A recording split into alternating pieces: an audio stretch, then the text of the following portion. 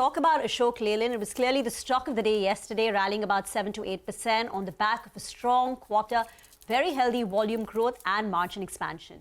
Shenu Agarwal, MD and CEO at Ashok Leyland, is now with us to talk. Thank you very much for joining in. It's an all-round beat seen in Q3, and tractors, CV.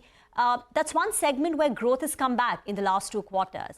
And we can see that in the margin numbers as well, where you've seen a jump of nearly 100 basis points on a year-on-year basis. What would be the 2 to 3 factors which have driven this margin jump seen in Q3, and is it sustainable? Yeah, listen, this has been, our continued efforts on 2 or 3 things. Number 1 was the product premiumization, which we have been working on, trying to fetch better prices from the market.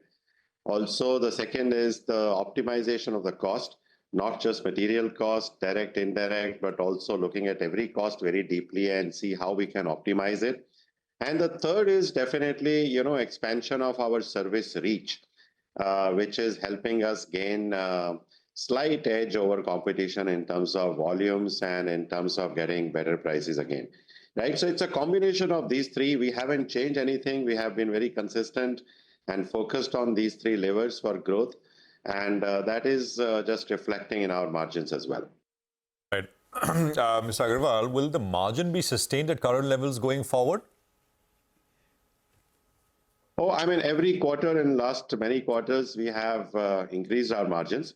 Quarter 4, in any case, gives us better operating leverage because the industry is at its high in quarter 4. So we are looking forward to definitely post better margins in the future. Well, the biggest contributor to your business is the M&HCV, forming nearly around 65% of your total revenue. While earnings have improved overall, on a sequential basis, there is a loss in market share as per your disclosure. In quarter 2, you had talked about market share being more than 31%, while in quarter 3, it's a little more than 30%. Explain this to us. No, we haven't lost any market share, especially on the retail side. We also track Vahan data, so I think we have actually a small gain in our market share. But yes, we would like to grow much more than what we have been able to do so on the market share front. Our medium-term target on M&HCV market share is 35%. But we are slightly above 30% right now. So we have a long way to go. But the good thing is that we have a clear roadmap as to how we will get to that 35% market share, both in terms of expansion of our product portfolio, creating better products which will help our customers grow faster, and also on expanding our sales and service reach. Right? So that roadmap is clearly laid out in Ashok Leyland, and we are rigorously pursuing those actions. Well, this 35% market share, by when do you think you can achieve it? No, it's a medium-term goal, so we would like to do that in next 2 to 3 years for sure. Okay, next 2 to 3 years. Got that. Let's talk about the exports segment. That continues to do well for you. In quarter 3, we've seen that you posted a growth of close to 33%. Can we expect upward revision in the FY25 target of around 20-25% that you were earlier talking about? So actually, in Q3, our exports growth has been phenomenal. It has been close to 33%. But on a YTD basis also, it is not bad. It is in line with our expectations. The YTD 9-month growth rate on export is roughly about 19%. Right? Q4 also, we have a very, very strong pipeline. So I would say that you would see equally good growth in Q4 also.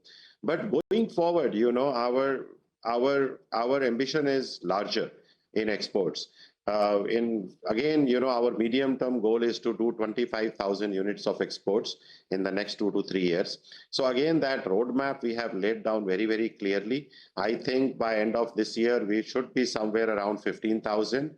Last year, we were close to 12,000. And, similarly, we would like to kind of continue to grow over next 2 to 3 years to reach that target of 25,000 units. Mr. Agarwal, you've also announced investment of 500 crores in the EV subsidiary Switch Mobility and 200 crores in Hinduja Leyland Finance. For Switch Mobility, is the funding only for growth? Could you also sort of talk about the order pipeline in the EV segment? For Hinduja Finance, Is this done to meet regulatory norms ahead of sort of the planned listing?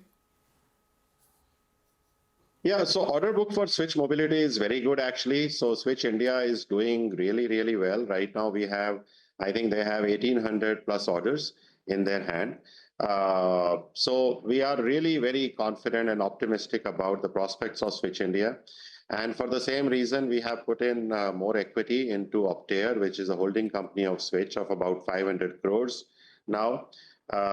Which will go. Some of it will go into capex. Some of it will also go into paying their debt, so that their interest burden is also lower. Switch India, we had said earlier that in another 2 to 3 quarters we would see Switch India becoming EBITDA positive. So we are still on that journey, and we are still confident that within a couple of quarters we should have Switch India coming into a EBITDA positive status.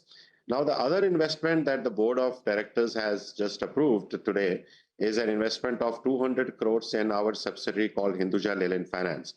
Now, as you know, Hinduja Leyland Finance, we have plans to list it. There has been some delay because of some process issues like regulatory approvals, etc. But we are still hopeful that in Q1 of FY26, we should be able to list the company.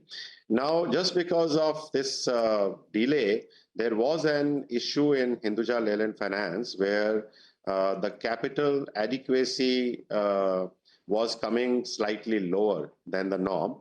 And therefore, we decided that without waiting for the listing, let us just go ahead and induct this money into Hinduja Leyland Finance so it meets its regulatory norms. And then later, of course, in Q1, we will take it for listing. What would be the outlook for the fourth quarter, Mr. Agarwal, especially on CV front? The earlier target was 6 to 8% in H2 and 0 to 3% for FY25. Are we on track to achieve this range, or considering strong Q4 that you're expecting, there can be growth which is higher than this? Yeah, listen, Q3 actually has been a great respite, although the industry was 3 to 4% negative YOY basis. But then if we compare sequentially with Q2, which was 13-14% negative, I think this is a major comeback for the industry. Now, Q4, January is already behind us, and we have seen already 4 to 5% growth in January. February and March are looking better. And we are expecting a positive growth in February and March. So overall, Q4 should be good. On the YTD 9-month basis, M&HCV industry is about 3% negative, if I remember correctly, on a YTD basis, right? So if Q4 is good, some of it will get nullified. And overall, more or less, we should be flattish in FY25. But the positive momentum that we are seeing in Q4 is actually very good, because if this flows into Q1 and Q2 of the next year, then even FY26 will seem to be pretty strong. Thanks a lot, sir, for joining in and giving us all of those details. Wishing you all the best and looking forward to chatting up with you rather soon.